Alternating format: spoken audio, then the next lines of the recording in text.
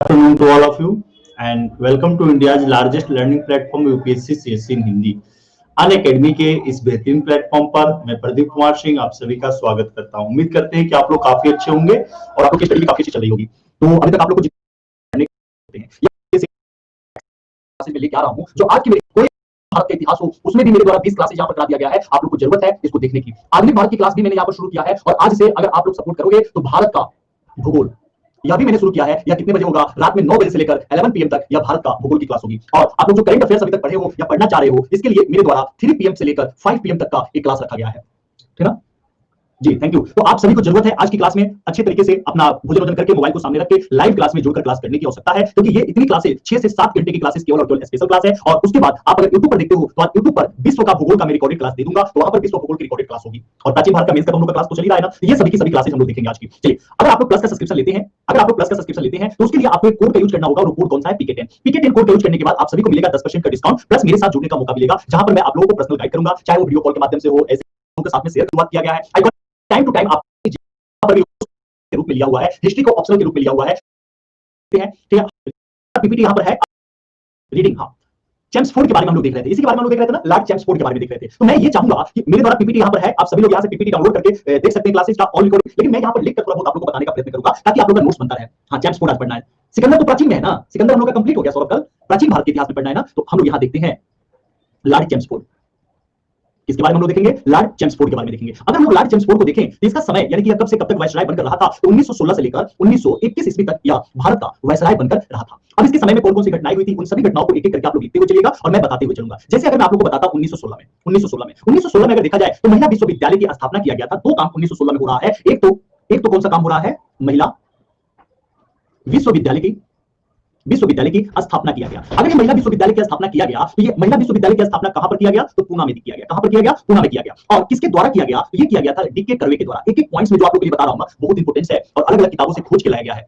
तो इसलिए आपको किताबों को पढ़ने की कोई आवश्यकता नहीं पड़ेगा अगर आप लोग मेरी क्लास को देख लेते हो। आप लोग को डीके कर्वे के बारे में अगर मैं बता दूं, 1958 में, तब 1958 में इनको भारत रत्न से भी सम्मानित किया गया। किससे सम्मानित किया गया? तो भारत रत्न से भी सम्मानित किया गया था। तो फर्स्ट पॉइंट हम लोग को यह चीज समझ में आ गया कि 1916 ईस्वी में महिला विश्वविद्यालय का स्थापना किया गया था। कौन सा? आते हैं ज्योतिबा फुले के द्वारा जो काम आते हैं यहां पर प्रथम अगर देखा जाए महिला विश्वविद्यालय की स्थापना किया गया था। और मुस्लिम लीग और कांग्रेस के बीच क्या हो गया था? समझौता हुआ था। कौन से? लखनऊ समझौता के द्वारा। तो मुस्लिम लीग और कांग्रेस के बीच में समझौता हुआ था 1916 में। तो 1916 में ये दो कहानियां लॉर्ड चेम्सफोर्ड के समय में घटित हुआ था। फिर अगर हम देखते हैं 1917 में जो है एक आयोग का गठन किया गया था, जिस आयोग का क्या नाम है? सैडलर आयोग। क्या कौन सा नाम है? सैडलर आयोग। तो सैडलर आयोग का गठन किया गया। जब सैडलर आयोग का गठन किया गया तो यहां पे क्वेश्चन मार्क तो ये आता है कि सैडलर आयोग का गठन किसके लिए किया गया था, क्यों किया गया था? देखिए, अभी पूरा का पूरा इतिहास यहां से कंप्लीट नहीं हो रहा है, ये केवल कुछ घटनाएं मैं बता रहा हूं लॉर्ड चेम्सफोर्ड के लिए जो जरूरी है। फिर हम लोग 1905 से लेकर 10, 10 से लेकर 15, 15 से 20 वो सारी कहानियां हम लोग देखेंगे भारतीय स्वतंत्रता संग्राम में। तो सैडलर आयोग का जो गठन किया गया था वह गठन किसके लिए? तो कलकत्ता विश्वविद्यालय की जांच के लिए। विश्वविद्यालय की जांच के लिए। तो कलकत्ता विश्वविद्यालय की जांच के लिए किसका गठन किया गया था? तो सैडलर आयोग का गठन किया गया था। कभी भी आप लोगों के सामने अगर आ जाए कि सैडलर आयोग का गठन क्यों किया गया था, तो आप लोग इसको बता देना कि कलकत्ता विश्वविद्यालय की जांच के लिए सैडलर आयोग का गठन किया गया था। दूसरा हमें पता है 1917 में दो और बिहार में आंदोलन हुआ। कौन सा? खेड़ा। सबसे पहले खेड़ा हुआ था और उसके बाद कौन सा है? चंपारण सत्याग्रह हुआ था। ठीक है, तो ये 1917 की क्या हो गई? कहानियां हो गई। फिर हम लोग आते हैं इसके लॉर्ड चेम्सफोर्ड में 1919 की घटनाओं के बारे में। 1919 में भी अगर देखा जाए तो दो घटना 1919 में सबसे एक मेन घटना घटित होता है 13 अप्रैल 1919 को। कौन सा कांड हो गया? जालियांवाला बाग हत्याकांड हुआ था। और किसके विरोध में हुआ था? तो यह हुआ था रॉलेट एक्ट के। ठीक है, रॉलेट एक्ट 1919 के विरोध में यह हुआ था। और फिर 1919 में हम लोग देखते हैं 1919 में ही देखते हैं। हाँ बिल्कुल मामला सही बताइए। 1919 में ही अगर हम लोग देखते हैं तो मॉन्टेस्क्यू चेम्सफोर्ड सुधार अधिनियम को पारित किया गया। ठीक है ना, इसी को हम लोग क्या बोलते हैं? भारत शासन अधिनियम 1919 के नाम से भी जानते हैं।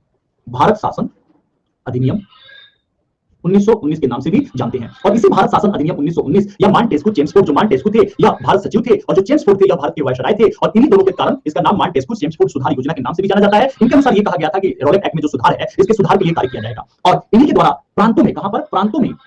प्रांतों में द्वैत शासन लागू किया गया। तो प्रांतों में द्वैत शासन जो लागू किया गया था, याद रखना 1909 का जो भारत शासन अधिनियम आया था उससे केंद्र में द्वैत शासन लागू हुआ था।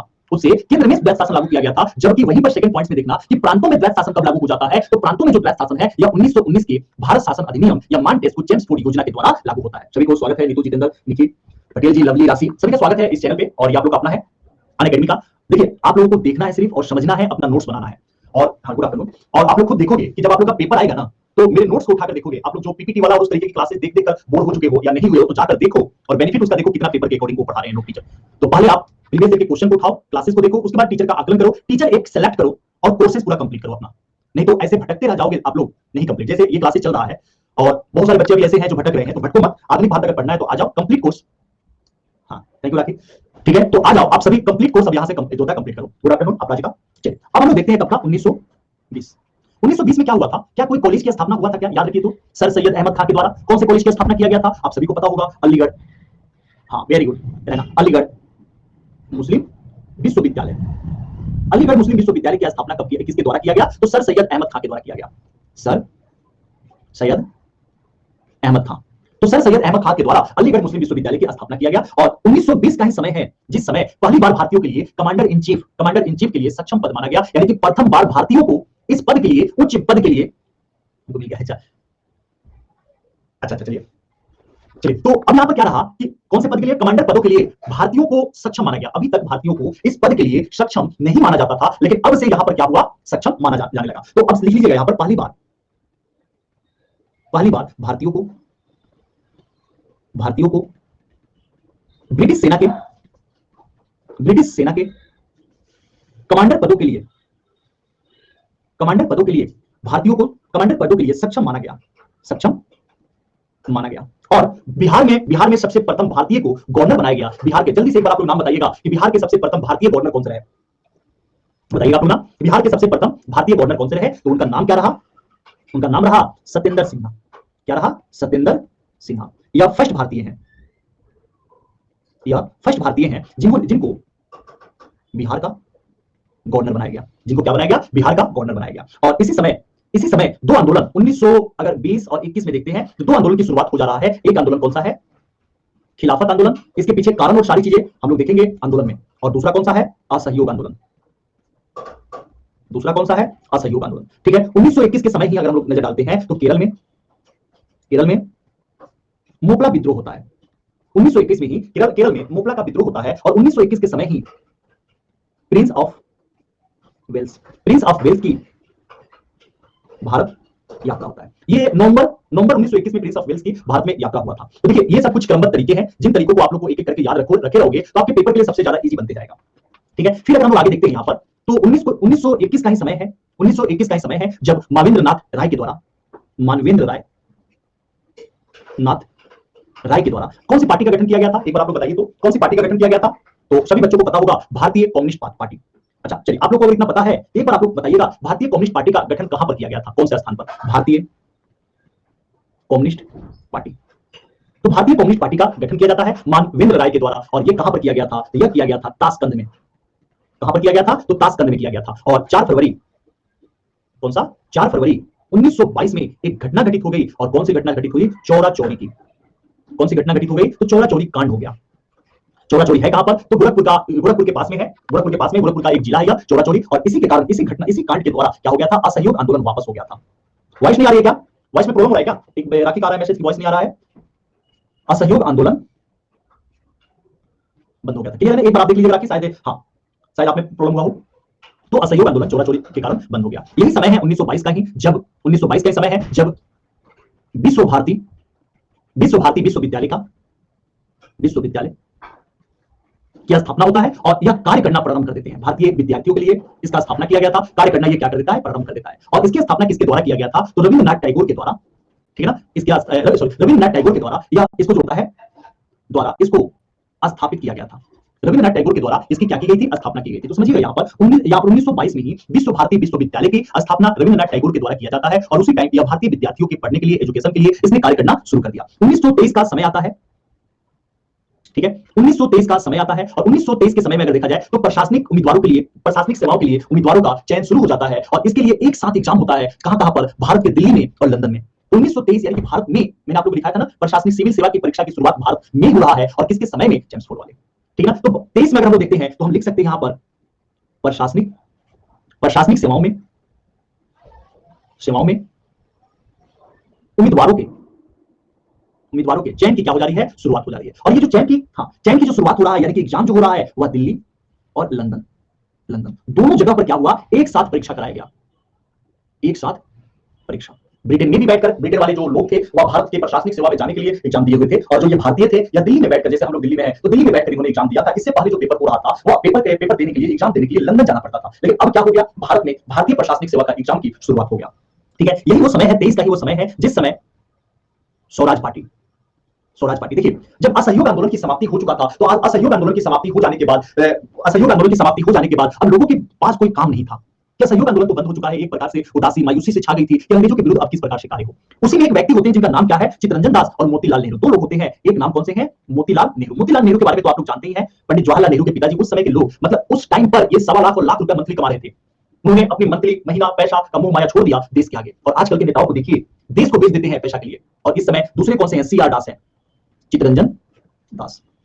ठीक है, इन लोगों ने ये कहा कि देखिए कुछ सक्रिय क्रियाएं करते रहना चाहिए और उसके लिए हमें संसद में जाने की अनुमति दिया जाए। क्योंकि गांधी जी और कांग्रेस के जो लीडर थे, वह लीडर को संसद में अंग्रेजों के साथ जो था चुनाव, संसद में जाने की अनुमति नहीं देखते थे, क्योंकि उनके मन में इस बात को लेकर डर था ना कि कहीं ना कहीं संसद में जाने के बाद यह निष्क्रिय हो जाएंगे। ठीक है, अंग्रेजों के प्रलोभन में आ जाएंगे। जबकि चित्तरंजन दास का यह मानना था कि देखो, मैं संसद के अंदर जाऊंगा और जितने भी अंग्रेजों के द्वारा विधेयक पारित किया जाता है, हम लोग हर एक विधेयक का विरोध करेंगे। इनका यह कहना था कि हम लोग करेंगे क्या, तो जितने भी विधेयक आएगा उन सभी विधेयक का क्या करेंगे, विरोध करेंगे, किसी भी विधेयक को पारित होने ही नहीं देंगे। यह कहना था चित्तरंजन दास का। आगे चलकर अनुमति दे दिया गया और इसके अध्यक्ष पद पे बनाया गया चित्तरंजन दास। इसके कौन बन गए, अध्यक्ष बन गए। और इसके सचिव कौन से बनते हैं, मोतीलाल नेहरू बन गए। लेकिन 1925 में ही इनकी क्या हो जा रही है, मृत्यु हो गई। 1925 में, एक साल तक तो ये काफी अच्छे से काम किया गया था स्वराज पार्टी के द्वारा, लेकिन 1925 में इनकी मृत्यु हो जाने के कारण अब ये कार्य धीरे धीरे क्या हो गया, निष्क्रिय हो गया। 1925 में एक और कांड हुआ था जिसके बारे में अगर मैं आप लोगों को चर्चा करूं, 1925 का याद रख लेना, कौन सा कांड हुआ था, काकोरी कांड। कौन सा हुआ था, काकोरी कांड या काकोरी संयंत्र हुआ था। कब हुआ था, 1925 ईस्वी में हुआ था। ठीक है, और 1926 में कब, तो बोल सकते हैं दिसंबर 1926 में जो आर्य समाजी नेता हैं जिनका नाम क्या था, स्वामी श्रद्धानंद, की हत्या कर दी गई। ठीक है ना, इनकी क्या कर दिया गया, हत्या कर दिया गया। ये टोटल पॉइंट्स हम लोगों ने इसके बारे में, रीडिंग वाला भी और जेम्स फोर्ड वाला भी, दोनों का दोनों पॉइंट्स हम लोग क्या कर लिए, समझ लिए। एक एक घटना करके मैंने आप लोगों को बताया। अब हम लोग किस पर आते हैं, लॉर्ड इरविन आते हैं। किस पर आते हैं, लॉर्ड इरविन आते हैं। और लॉर्ड इरविन का समय अवधि कब से लेकर कब तक था, 1926 से लेकर 1931 ईस्वी तक। जितनी भी अब घटनाओं के बारे में हम लोग चर्चा करेंगे वह सभी की सभी घटनाएं किसका होगा, लॉर्ड इरविन के समय का होगा। तो एक बार हम लोग लॉर्ड इरविन को सही तरीके से देख लेते हैं और पढ़ लेते हैं। ठीक है, इसको मैं लिख के समझा दूंगा, सही रहेगा। हम लोग लिखते हैं लॉर्ड इरविन। लॉर्ड इरविन का समय कब से लेकर कब तक, तो 1926 से लेकर 1931 ईस्वी तक क्या रहा, लॉर्ड इरविन का समय रहा। ठीक है, इसमें कौन कौन सी घटनाएं हुई, उन सभी घटनाओं को हम लोग देखते हैं। 1927 में सबसे पहला इनके समय में अगर कोई घटना देखा जाए, 1927 में भारतीय जल सेना अधिनियम पारित किया गया।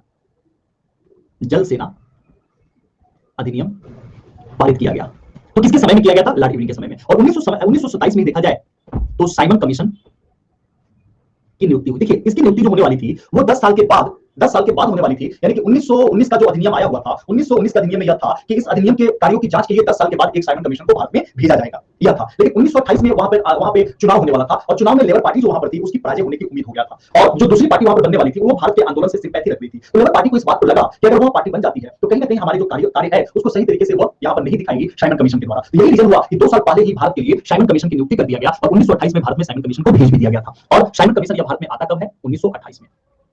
तो 27 में आप लोग को ये जानना है। और 1928 में हम लोग किसके बारे में देखेंगे कि साइमन, आप लोग नोट साथ में बना रहे हो ना, साइमन कमीशन भारत आया। साइमन कमीशन क्या हो रहा है, भारत आ रहा है। और कब आया था यह, 3 फरवरी 1928 को यह भारत आता है। और भारत के कौन से प्रांत में यह गया था, तो बंबई में। कहां पर उतरा था, बंबई में। यही समय है जब कांग्रेस का 1928 में कांग्रेस का लखनऊ अधिवेशन हुआ था। कौन सा, कांग्रेस का लखनऊ अधिवेशन हुआ था। और कांग्रेस के लखनऊ अधिवेशन में अध्यक्ष किसको बनाया गया था, ये बने हुए थे मोतीलाल नेहरू। अब देखिए क्या हुआ, जब साइमन कमीशन फरवरी में भारत में आता है तो साइमन कमीशन के पास इंडियन नेशनल कांग्रेस वाले लोग जाते हैं और बोलते हैं कि हम भारतीयों को अब स्वतंत्र कीजिए। तो साइमन कमीशन बोलता है कि देखो, हम तो आपको स्वतंत्र करना ही चाहते हैं, लेकिन आप लोगों में इतनी क्षमता नहीं है, कैपेबिलिटी नहीं है कि आप लोग कोई ऐसा संविधान बना सको जो भारत में रहने वाले सभी वर्ग उसको अपना सके। आप लोगों को संविधान बना सको, इसकी कैपेबिलिटी नहीं है। इस बात को मोतीलाल नेहरू आड़े हाथों लिया और 4 महीने के अंदर ही इन्होंने क्या कर दिया, संविधान एक जो होता है मोटा मोटी अपने लिए कॉन्स्टिट्यूशन बनाकर भेज दिया। और कॉन्स्टिट्यूशन बनाकर जिसको भेजा उसको ही कहा जाता है नेहरू रिपोर्ट। कि देखो भाई साहब, आप जो बातें कर रहे हो कि हमारे अंदर क्षमता नहीं है कि हम संविधान बना सके, तो देखो हम अपने देश के लिए कॉन्स्टिट्यूशन बना रहे हैं और सब कोई इसको एक्सेप्ट करेगा। यह बात मोतीलाल नेहरू के द्वारा कहा गया। मैक्सिमम नेताओं के द्वारा एक्सेप्ट तो कर लिया गया, लेकिन साइमन कमीशन को इस बात को लग गया कि कहीं ना कहीं अगर नेहरू की बातें सही हो जा रही है तो लोगों के मन में हमारे ऊपर उंगली उठना शुरू हो जाएगा। उन्होंने जिन्ना को थोड़ा सा पिनअप किया और जिन्ना पिनअप में आ गए। और जिन्ना पिनअप में आने के साथ ही उन्होंने क्या कहा कि देखो, हम नेहरू रिपोर्ट को नहीं मानते हैं। और जिन्ना ने नेहरू रिपोर्ट का क्या कर दिया, विरोध कर दिया। इन्होंने क्या कर दिया, विरोध कर दिया, और विरोध करने के बाद इन्होंने अपने अकॉर्डिंग एक अलग कॉन्स्टिट्यूशन बनाने का डिमांड किया। 1919 में इन्होंने अपनी एक रिपोर्ट सौंपी और उसको क्या कहा जाता है, 14 सूत्रीय मांग कहा जाता है। क्या बोला जाता है, 14 सूत्रीय मांग कहा जाता है। समझ में आया? कांग्रेस के लखनऊ अधिवेशन में नेहरू रिपोर्ट जो सौंपा गया था उसकी कहानी शायद आप लोग को अब समझ में आ गया, और थोड़ी बहुत जो बातें हैं, थोड़ी बहुत ज्यादा जो बातें हैं वो हम लोग उस आंदोलन के समय एक एक करके हम लोग देखेंगे। ठीक है, यहां तक किसी के मन में कोई डाउट या क्वेश्चन है क्या? अभी भी आई थिंक नहीं होना चाहिए। अब हम लोग आते हैं 1928 वाला ही। ठीक है, 1928 में अगर देखा जाए तो रॉयल कमीशन की नियुक्ति किया गया। किसका? रॉयल। देखिए यही सब क्वेश्चन कभी कभी पूछ देता है और आप लोग यह सोचते हो पता नहीं कहां से क्वेश्चन आता है। रॉयल कमीशन की नियुक्ति किया गया। अब अगर आप लोगों से पूछा जाए कि रॉयल कमीशन की जो नियुक्ति किया गया था, राम राम जी, रॉयल कमीशन की जो नियुक्ति किया गया था, या रॉयल कमीशन की नियुक्ति क्यों किया गया था या किसके लिए किया गया था, तो यह जो रॉयल कमीशन था ना, रॉयल कमीशन, इसकी जो नियुक्ति किया गया था यह कृषि से, एग्रीकल्चर से, कृषि से संबंधित था। किससे संबंधित था? कृषि से संबंधित था। 1928 में बस इतनी घटनाओं को आप लोग याद रखना। फिर हम लोग आ जाते हैं नेक्स्ट साल, अगले साल हैप्पी न्यू ईयर मनाते हुए। यही समय है जब दिवाली घोषणा किया गया था। 1919 में ही किसकी घोषणा किया गया था? दिवाली घोषणा किया गया था। ठीक है, और यही समय है जब जब सैंडर्स की, जो अकाल के अध्यक्ष बने हुए थे, सैंडर्स की, मेरी क्लास तो नहीं चल रही है ताकि देखिए क्लास चलेगी, किसी और को भी प्रॉब्लम हो रहा है क्या क्लास में? सैंडर्स की क्या कर दी गई? हत्या कर दी गई। ठीक है, 1919 का ही समय है जब जब इंपीरियल, जब क्या किया गया, imperial council of agriculture research इसकी क्या किया गया? स्थापना किया गया। ठीक है, इसकी क्या किया गया? स्थापना किया गया। किसी की क्लास में प्रॉब्लम नहीं हो रहा है राखी?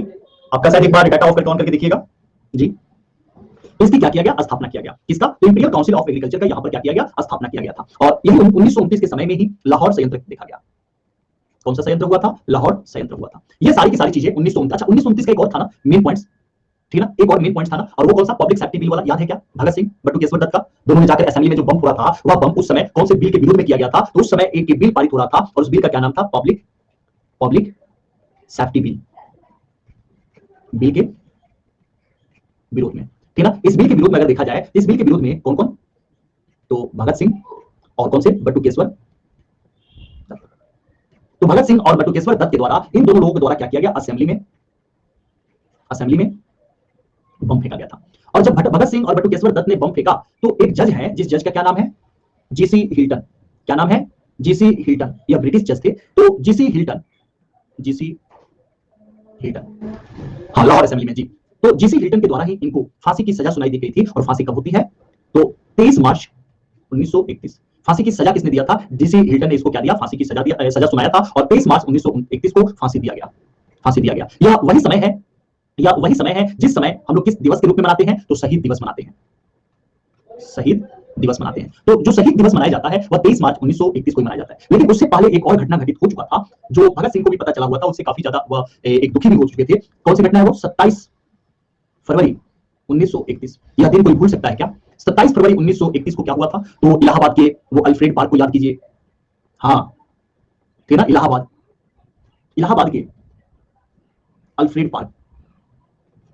पार्क में चंद्रशेखर आजाद को गोली मारा गया था।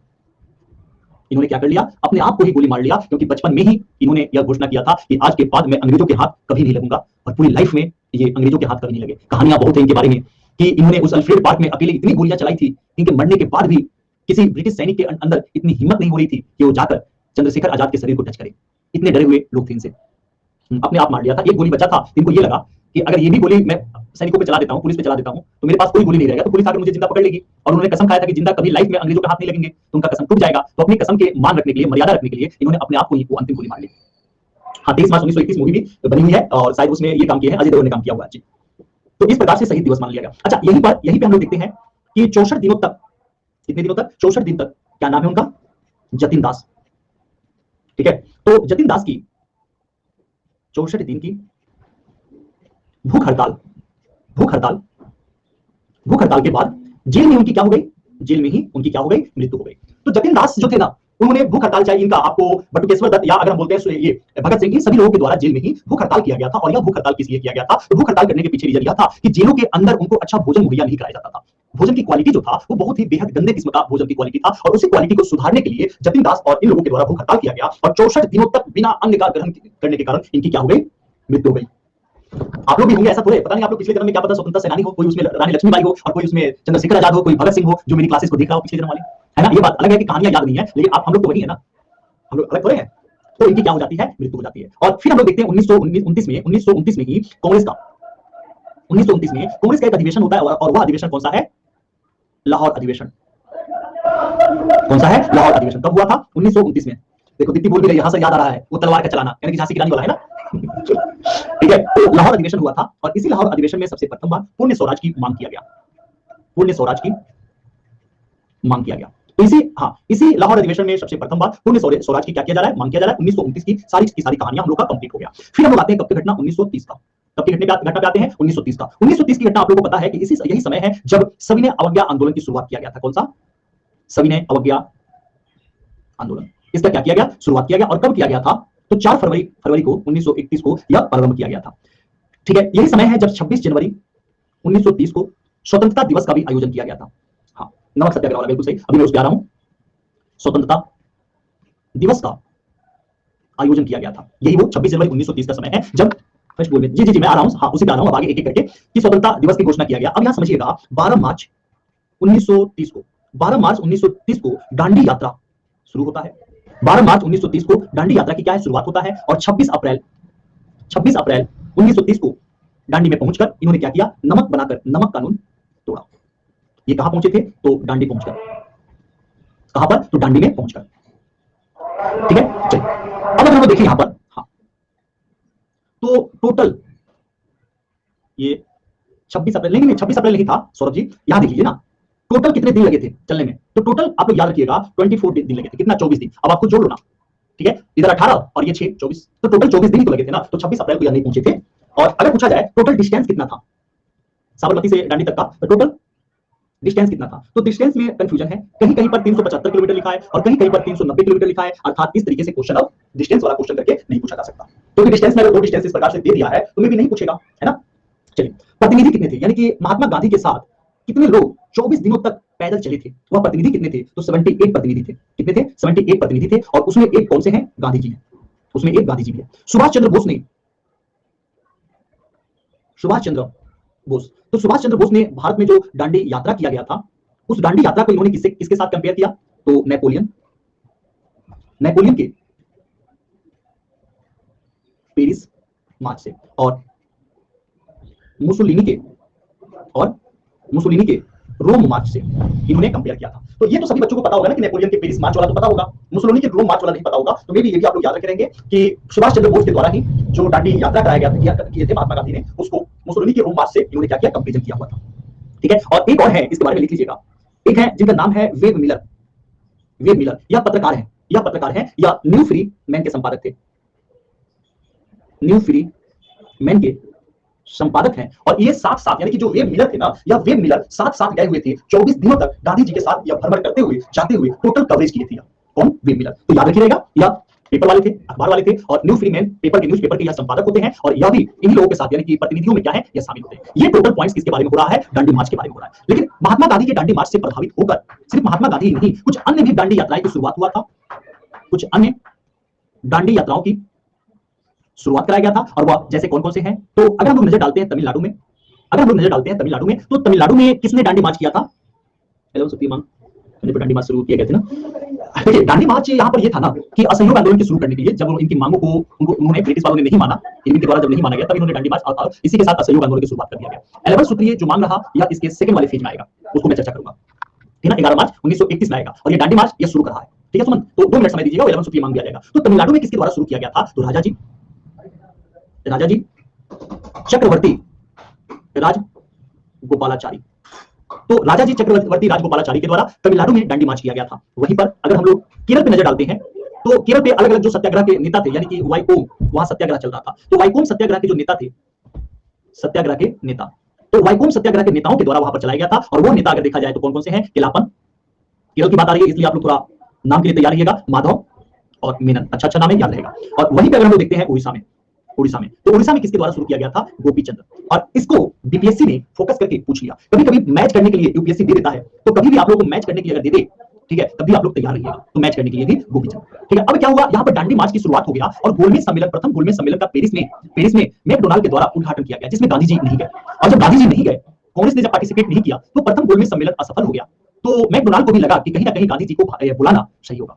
और यही रीजन है ठीक है ना। यही रीजन है कि गांधी जी और यूरिन के बीच में समझौता होता है, और यह समझौता कब होता है?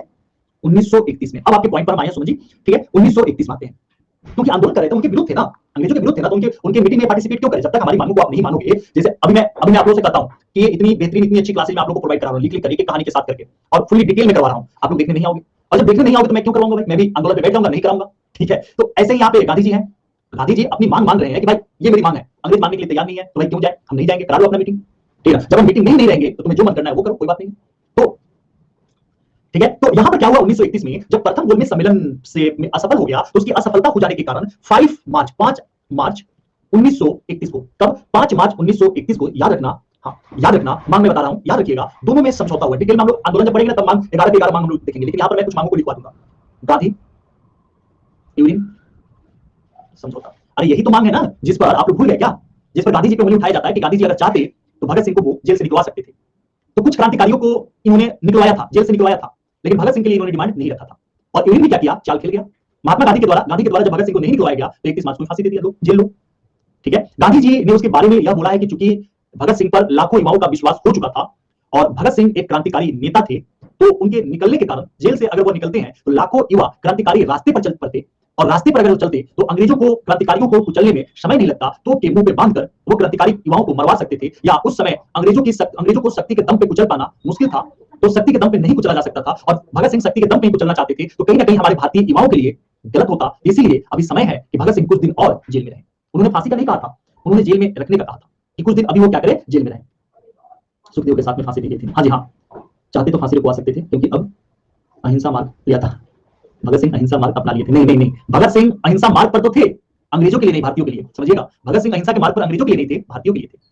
तो वही इन दोनों के बीच में क्या होता है? समझौता होता है। और यहीं पर महात्मा गांधी जो है 11 मांग अपनी रखते हैं, और इसे ही कहा गया 11 सूत्रीय मांग या 11 मांग। और इस मांग को यूरिन के द्वारा, इससे भी तो कोई फर्क नहीं पड़ा था भगत सिंह के फांसी हो जाने से, यहाँ गलत थे। देखिए, मैं बता रहा हूं ना, यही इतिहास है जो आपकी मेंटालिटी को थोड़ा बहुत चेंज करने की आवश्यकता पड़ता है, और यहीं पर एक अच्छे गुरु की भी आवश्यकता पड़ता है। अगर मैं आप लोगों को, बहुत सारे टीचर को मैं देखा हूं, वो इस मुद्दे को लेकर गांधी जी को गालियां तक दे देते हैं कि गधिया ने ऐसा किया। गांव में हम जब जाते हैं ना, तो मेरे घर में मेरे जो घर के बड़े पापा हैं, बाबूजी हैं, वो खुद इतिहास के टीचर हैं, हिस्ट्री के टीचर हैं, तो हिस्ट्री हम लोग उन्हीं से पढ़ के बड़े हुए हैं। उनको मैंने देखा है कि जब वो स्कूल में हिस्ट्री पढ़ाया करते थे ना, और जब गांधी का मुद्दा आ जाता था ना, बहुत गाली देते थे। इसी गधिया के कारण भगत सिंह को फांसी हुआ। तो बचपन से हम लोग के, मेरे भी माइंड पर यही बात आया था कि हाँ गांधी की गलती थी। लेकिन जब इतिहास के पन्नों को पढ़ा गया और जब उसका विश्लेषण किया गया, क्यों? क्योंकि वो 10th क्लास तक पढ़ाते थे इतिहास, तो 10th क्लास तक इतिहास में यही सारी चीजें उन्होंने पढ़ा हुआ था, और इतना विस्तृत नहीं पढ़ा था, तो अपने लेवल के अकॉर्डिंग बता दे रहे थे। लेकिन जब हम लोगों ने इतिहास को पढ़ा, तब हम लोग को यह बात पता लगा कि जो गांधी थे ना, ये भारतीय युवाओं की भलाई के लिए भगत सिंह को कुछ दिन और, इन्होंने बोला था कि 1-2 साल और जेल में रखने के बाद छोड़ना होगा। एट द टाइम छोड़ने के लिए इन्होंने कहा था, ठीक है। अब चूंकि जो यूरिन था, यूरिन को पता था कि दो ही व्यक्ति मेन है अभी वर्तमान समय में, दो ही भारत के ऐसे बल्लेबाज हैं जो ओपनिंग में उतरते हैं और बेहतरीन फॉर्म में है, ठीक है। तो उसने क्या किया? भगत सिंह को फांसी पे दे दिया, और सीधे स्पष्ट शब्दों में बोला कि गांधी जी की अनुमति से इनको फांसी पे चढ़ाया जा रहा है। ऐसा क्यों? क्योंकि जो भगत सिंह के लाखों युवा है चाहने वाले, वह किसके विरुद्ध हो जाए? तो गांधी के विरुद्ध हो जाए, और दोनों यहां क्या हो जाए? समाप्त हो जाए, और अंग्रेज अपना बल्ले बल्ले करे। तो अंग्रेजों की ये चाल थी, जिसको समझ नहीं पाए लोग, और आज भी गालियां दिया जाता है क्रांतिकारी को फांसी पे। बड़ी बात है कि गांधी जी इस पर क्यों चुप रहे? गांधी जी इस पर क्यों चुप रहे? गांधी जी चुप नहीं रहे थे, लेकिन उनके हाथ में कुछ था भी नहीं। हाँ, गलती ये था कि इनको कुछ और बोलना चाहिए था, लेकिन नहीं बोले। तो ये सारी की सारी चीजें 11 मांगों को किया गया, और इसी 11 मांग के द्वारा सविनय अवज्ञा आंदोलन क्या कर दिया गया? उसको स्थगित कर दिया गया। सविनय अवज्ञा आंदोलन को स्थगित किया गया। सेकंड गोलमेज सम्मेलन में महात्मा गांधी जाते हैं, ठीक है ना, यानी कि कांग्रेस यहीं पर सेकंड गोलमेज सम्मेलन में पार्टिसिपेट करती है। द्वितीय गोलमेज सम्मेलन में क्या किया? भाग ली। लेकिन राजपूताना जहाज से तो गए थे, लेकिन महात्मा गांधी की बातों को वहां नहीं, अनदेखा कर दिया गया, और इस बात से महात्मा गांधी नाखुश होकर, दुखी होकर वापस आ गए, ठीक है ना। यहीं पर एक किया गया रॉयल लेबर कमीशन की रिपोर्ट, ठीक है ना। रॉयल लेबर कमीशन का रिपोर्ट की जांच यहीं पे किया गया था। ये टोटल बात किसके समय तक की थी? तो यूरिन के समय तक की। तो हम लोग का यहाँ पर यूरिन क्या हो गया? समाप्त हो गया पूरी तरीके से। और मुझे तो ये क्लास लेने में और मजा आ रहा था, और आगे मैं बिली गटन के बारे में समझा रहा था। किसके बारे में? तो बिली गटन के बारे में हम लोग को पढ़ना था। इनका समय 31 से लेकर 36 तक है, लेकिन मात्र अभी 10 बच्चे लाइव देख रहे हैं, तो 10 बच्चे में क्या पढ़ाया जाए, ठीक है। तो हम लोग कल की क्लास में बिली गटन को, लिनलिथगो को, वेबर को कंप्लीट करेंगे, और वैश्राय हम लोग का पूरी तरीके से कंप्लीट हो जाएगा। हम लोग कल की क्लास में देखते हैं, कल की क्लास में मिलते हैं। नहीं नहीं, मात्र जो अभी तक 1 आवर की क्लास हुई है ना, इस 1 आवर की क्लास में अभी तक 56 बच्चे आकर देख कर गए हैं। आप देख लो ग्रुप में इतने बच्चे हल्ला करते हैं और उनमें से मात्र अभी तक 56 बच्चे आकर क्लास को देख के गए हैं, 10 बच्चे लाइव टिके हैं। तो हाँ जी हाँ, अब बताइए एनर्जी कैसे होगी मेरे में? मैं तो क्लासेस का शेड्यूल कर देता हूँ, आप लोग हल्ला करते हो। तो सब्सक्रिप्शन लेना हो तो एक कोड का यूज जरूर करना, PK10, और क्लास से जाने से पहले आप लोग को लाइक करने का जो ऑप्शन मिलता है उससे क्लास को लाइक जरूर कीजिएगा, सब्सक्राइब कर लीजिएगा, फॉलो कर